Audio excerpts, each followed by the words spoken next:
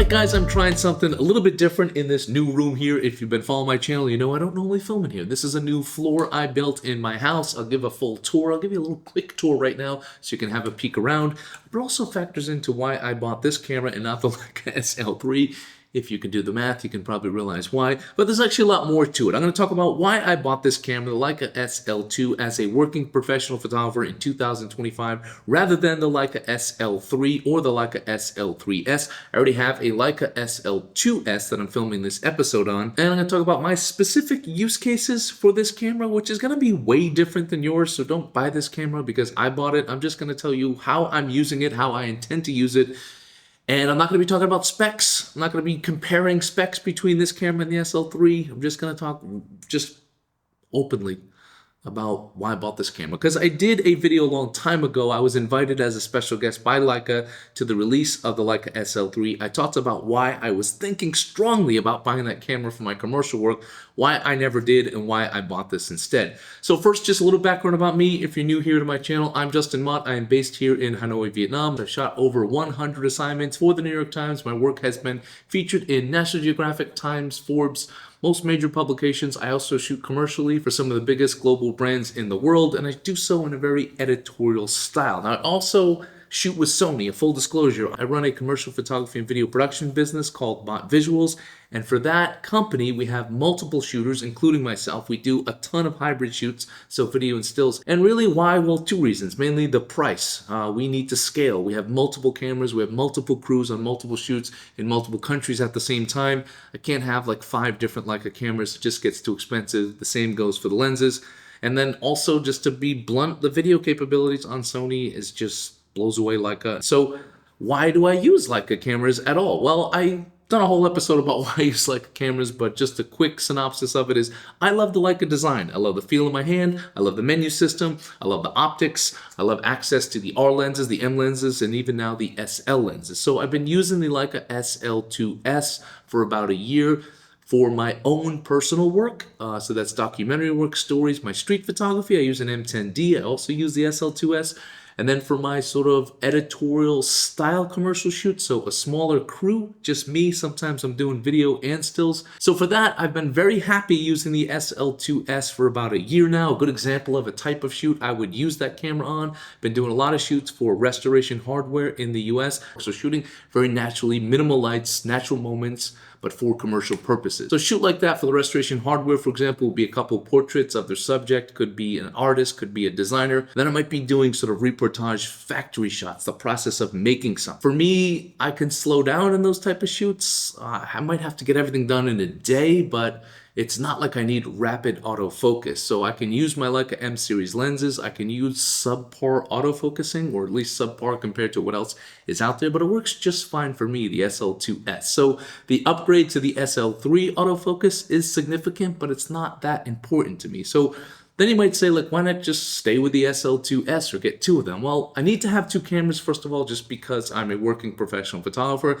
For a while I was trying to figure out if I could use this system, this ecosystem of the SL2-S, I was using an M10D as like an emergency camera, and that's dangerous because that camera doesn't have a screen. As I've been doing more of this work, as it's been consistent, I can justify the purchase of a 2-camera setup for that type of work. So I thought deeply about the SL3, I thought deeply about the SL3-S, and I went with the SL2 instead, just because it's a bargain right now. Well, it's a Leica bargain. So I bought this camera. Also, I love the silver look, for about $3,000. Leica SL3 is around $7,000. And the way I'm going to use it, it's a very unique situation, like how I'm going to use it. So basically, I'll use my SL2-S as my low light camera, because some of these shoots I'm shooting in factories with all natural light. Maybe I'll pop in a little bit of our own lights, but typically as much natural light as possible. Lighting in there isn't great, so if I need to crank up the ISO, I'll use the SL2-S, because the SL2 isn't quite as good in low light. And for my lens setup, I've got a Leica SL24-90. That just covers me. That's my insurance policy. That's my if I need autofocus or I need to work fast. Lens also works for sort of video documentary work, which I'm doing a little bit of that as well. But I'm into the Leica system because of the M series lenses. And you might say, why not just use M bodies? Well, my eyesight's getting worse. I do like the robust build and feel of these cameras for commercial shoots. I'm not wearing it as long. I can kind of put it down in between shots, so I don't mind the extra weight. And so the 24-90 isn't a great low light lens at f2.8, but not all the way through. At 90, it's f4. So if I need to shoot at f4 and I'm shooting in low light and I need to use autofocus, I can crank up the ISO and stick all my SL lenses on the SL2-S. And for my manual focus lenses, so I'm not constantly changing adapters as well, I can use all my M series lenses on my SL2. That's how I plan to use this. So I've got a Leica 35 Summilux, a Leica 50 Summilux, which is the lens that's on here right now. I also have a Voigtlander 75 and 100R macro. So I'll use this for clients that need a few more megapixels. It's not a ton, 24 megapixels. Honestly, I've never had any of my commercial clients ask for more megapixels. I'm saying, give me more. They've never requested it. They've never had a problem. Is it nice to have them for some situations? Sure. I like the details in this. Sometimes I like to print my work. So just to have the option for the occasional commercial job where I do need more megapixels made sense to me. I could have probably pulled off 2 SL2Ss, but what fun is that? And so that's kind of how I'm going to use the system. 2 bodies for commercial work, for editorial style commercial work, for sometimes individual hybrid shoots when I'm doing a bit of everything. Also, another big factor to me is I like the design of this camera better than the SL3. When I picked up the SL3, it felt better than other mainstream cameras, but definitely more similar to other mainstream mirrorless cameras and less similar to the Leica feel that I've come to love and adore. I mean, this camera is robust. It has a great feel to it. I love working with the SL2-S. And this is the same exact build, essentially. And I've got it in silver, and I love that. So, that's the main reason. I did think deeply about this. Maybe I'll upgrade to an SL3 and an SL3S at some point. Just for now, the type of work that I do, I've got my Sony kit for that other gear. I can't justify the huge upgrade to spend all that kind of money. Plus, like I said, I just did a huge investment building this entire new floor in our house. That renovation took a long time. And I don't know if I'll be recording up here. This is just a little setup I'm playing around with. It's more comfortable, more convenient to do my episodes in my home office. Maybe this will be my place where I riff a little bit more. I do like the background. I do like the lighting in here. Plenty of light up here. The audio is not going to be nearly as good. I apologize for that. I'll do my best to correct this in post, but that's why I bought this camera.